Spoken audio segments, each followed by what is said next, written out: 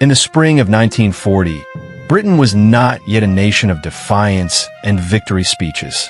It was tired, it was uncertain, and for the first time in centuries, it was genuinely afraid. Across Europe, the old order was collapsing at a speed no one had believed possible.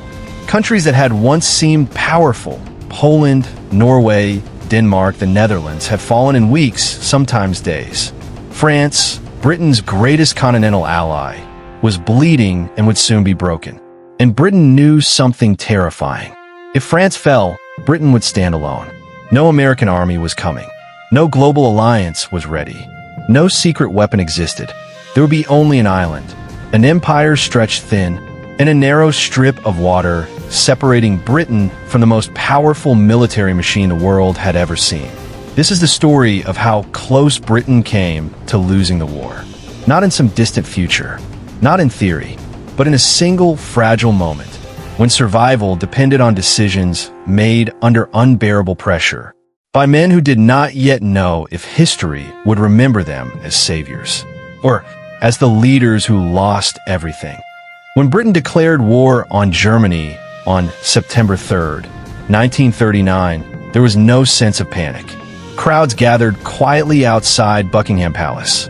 Newspapers spoke of duty, resolve, and patience. Politicians assured the public that Britain had time. After all, Britain had won the last war. Yes, it had been costly, but the empire was still vast. The Royal Navy still ruled the seas. The Royal Air Force was growing stronger by the day. And France, with its massive army and the mighty Maginot Line, stood shoulder to shoulder with Britain. There was confidence that this would be a long war. A war of endurance. A war Britain could afford to fight. What no one expected was how fast the world would unravel. The first months passed quietly. So quietly that journalists began calling it the phony war. British and French troops sat in defensive positions. Civilians adjusted to blackout curtains and rationing. The government prepared, but without urgency. Germany, meanwhile, was preparing something very different. On May 10th, 1940, the illusion ended. German forces surged into the Netherlands, Belgium, and Luxembourg. Not with the slow grind of trenches that defined World War I, but with speed, coordination, and shock. This was blitzkrieg. Armored divisions punched through defenses. Paratroopers seized bridges. Aircraft paralyzed communication lines. Entire armies were disoriented before they even understood what was happening. British commanders had planned for a repeat of the last war. Germany had built a new one. French defenses collapsed with terrifying speed. British troops, part of the British Expeditionary Force, advanced into Belgium as planned, only to realize too late that the main German thrust was not where anyone expected. The Germans drove through the Ardennes forest, a region considered impassable for tanks. Within days, Allied lines were shattered. Within weeks, the British army in France was in mortal danger. And Britain itself had just changed leaders. On the same day Germany launched its invasion, May 10th, 1940, Neville Chamberlain resigned. His policy of appeasement had failed. His authority was gone. Britain needed a leader who could face catastrophe. The choice fell to Winston Churchill. Churchill was not universally loved. He was controversial. He had failed before. Many within the government doubted him. Some feared he was reckless. Others worried he was too obsessed with war. But Churchill understood something crucial. Britain was entering the most dangerous moment in its modern history. Within days of taking office, reports began pouring in, confused, desperate messages from commanders in France. German forces had broken through. The Allied armies were being pushed back toward the sea. And then came the realization that chilled London to its core. The British Army, the heart of Britain's ability to fight, was at risk of annihilation. By late May, nearly 400,000 Allied soldiers, British and French, were trapped in northern France. Behind them, the German army. In front of them, the English Channel. Above them, German aircraft.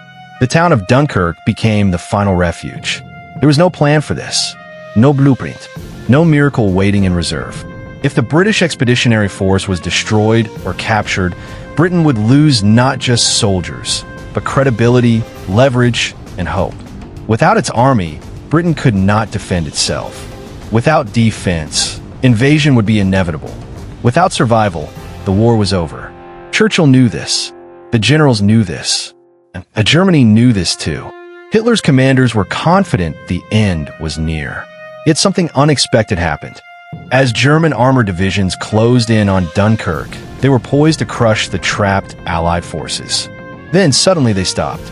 Hitler issued what became known as the Halt Order. For reasons still debated, terrain concerns, overconfidence, faith in the Luftwaffe, the German tanks paused. For Britain, this pause was everything. It bought time. Not much time, but enough. The British government launched Operation Dynamo, a massive evacuation effort to rescue as many troops as possible from Dunkirk. The expectation was grim. British planners hoped to save 45,000 men. That was it. Anything more would be a miracle. The Royal Navy sent every available ship. Then, something extraordinary happened. Civilian boats answered the call. Fishing boats, Plagerkraft, tugboats, private yachts. They crossed the channel under fire, pulling soldiers from beaches and shallow waters, often while bombs fell around them. Men waited for days in lines that stretched along the shore. They slept in sand. They watched comrades die beside them. German aircraft attacked relentlessly. And yet, the evacuation continued. Day after day, against expectation, against logic, against fear. By June 4th, 1940, Operation Dynamo ended. The results stunned the world. 338,000 soldiers evacuated. More than 3/4 of the trapped forces were saved. Britain had not won a victory, but it had avoided catastrophe. Churchill addressed the nation with words that would echo through history. He did not claim triumph. He warned the people, wars are not won by evacuations. And yet, he knew something vital had happened. Britain still had an army. Barely, poorly equipped, exhausted, but alive. Had Dunkirk failed, the war would have ended differently. Britain would have faced invasion with no trained army. Political pressure to negotiate with Hitler would have been overwhelming. The empire would have fractured. The United States would have hesitated. The world would have changed. But Dunkirk was not the end of the danger. It was only the beginning. France was collapsing. Germany was preparing its next move. And Britain was about to face the question that truly defined the war. For a brief moment in 1940, Britain had been granted something it did not expect. Time. Not victory. Not safety. Just time. The soldiers pulled from the beaches of Dunkirk returned home without their weapons, without their equipment, and without any guarantee they would ever fight again. They were alive, but the war was far from over. Across the Channel, France was collapsing. Cities were falling. Armies were surrendering. A government was preparing to ask for peace. And in London, behind closed doors, a dangerous question was beginning to surface. A question that would determine the fate of Britain, and perhaps the world. Should Britain keep fighting alone? Or should it negotiate with Hitler while it still could? In the next chapter, the enemy will not be on the beaches of France. He will be inside Britain's own government.